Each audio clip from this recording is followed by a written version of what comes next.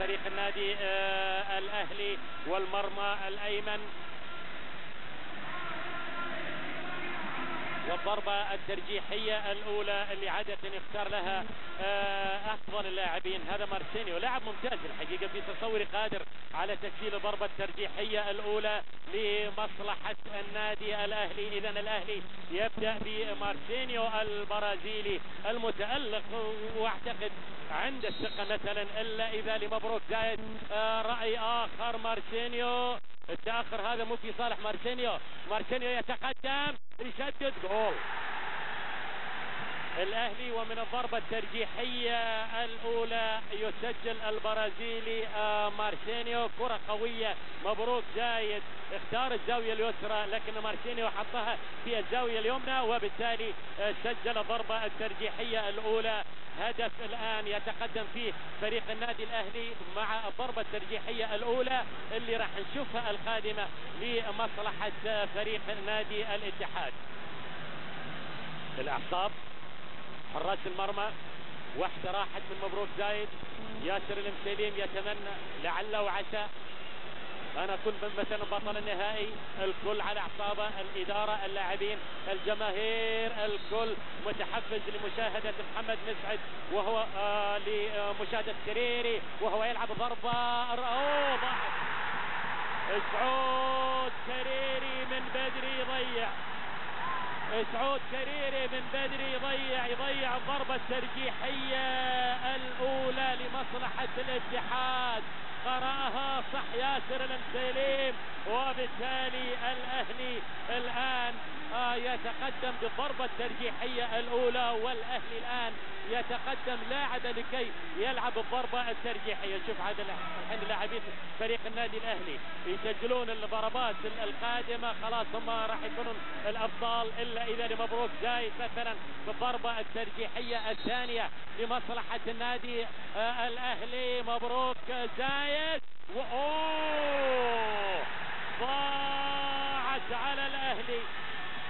ضاعت على الأهلي الضربة الترجيحية الثانية، تضيع على الأهلي، وبالتالي آمال فريق الاتحاد تعود مرة أخرى. لاحظ التسديدة القوية من وين؟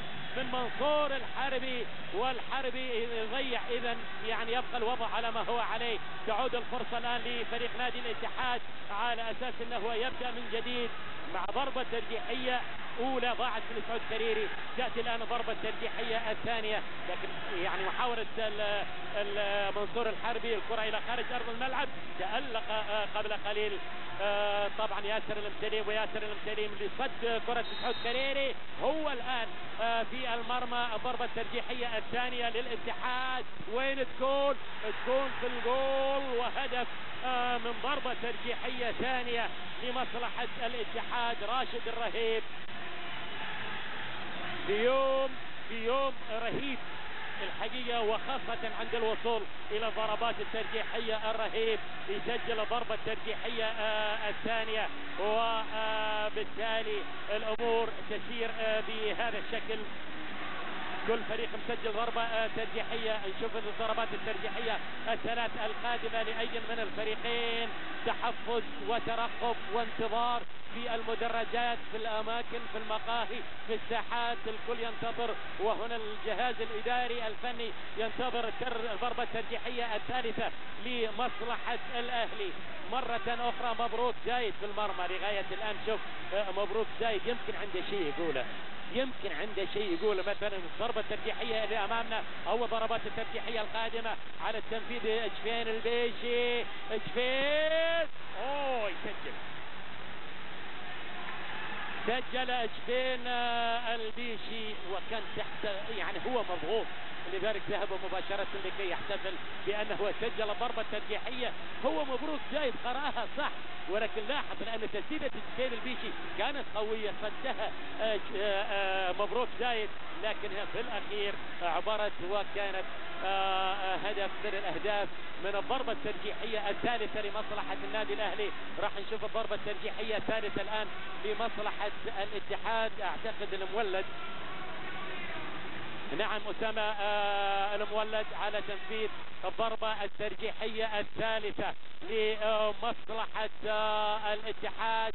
أسامة المولد لاعب ممتاز، إمكانيات عالية، يتمتع بثقة، ممكن يسجل الضربة الترجيحية الثالثة. يتقدم المولد، ضيع المولد.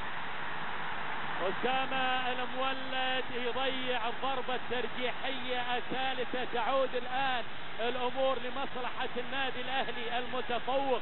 أضاع واحدة وسجل ثنتين، بينما سجل الاتحاد واحدة وأضاع محاولتين، وبالتالي الأفضلية تستمر لفريق النادي الأهلي. أعتقد أنها ضربة مهمة، ضربة ترجيحية مهمة قادمة في مستقبل المباراة لكأس الأبطال. والآن لاحظ الآن المدرجات الأهلاوية وبالمقابل المدرجات الاتحادية، ولاحظ الضربة الترجيحية المهمة لمصلحة النادي الأهلي. مبروك زايد ما قال شيء كبير لغاية الآن. الضربة الترجيحية الرابعة مهمة لفريق النادي الأهلي. وين تكون من نيكولا؟ نيكولا في الجول، نيكولا في الجول، والأهلي في الطريق الصحيح.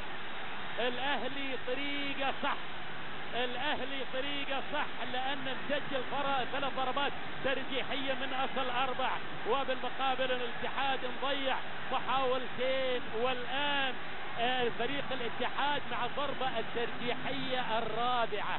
ايش راح يصير في الرابعة؟ ايش راح يصير في الرابعة؟ يبقي لاعب فريق نادي الاتحاد امال الاتحاديين وبالضربة الترجيحية وبوجود ياسر المسيليم. الضربة الترجيحية في الجول. ثقة نور، خلاص هو نور، هدوء نور، ثقة نور، وبالتالي الآن يسجل الاتحاد. يعني ضيع محاولتين، سجل محاولتين. تبقى الآن المحاولة الأهلاوية الحاسمة المهمة المرتقبة المنتظرة. كل المملكة تنتظر، كل الأماكن العامة تنتظر، الجماهير كلها تنتظر. يا له من ضربة جزاء في غاية الأهمية للأهلي، لمستقبل الأهلي، لإدارة الأهلي، لجماهير الأهلي، لياسر المسيليم، وللاعب اللي عنده الثقة الكبيرة فيكتور.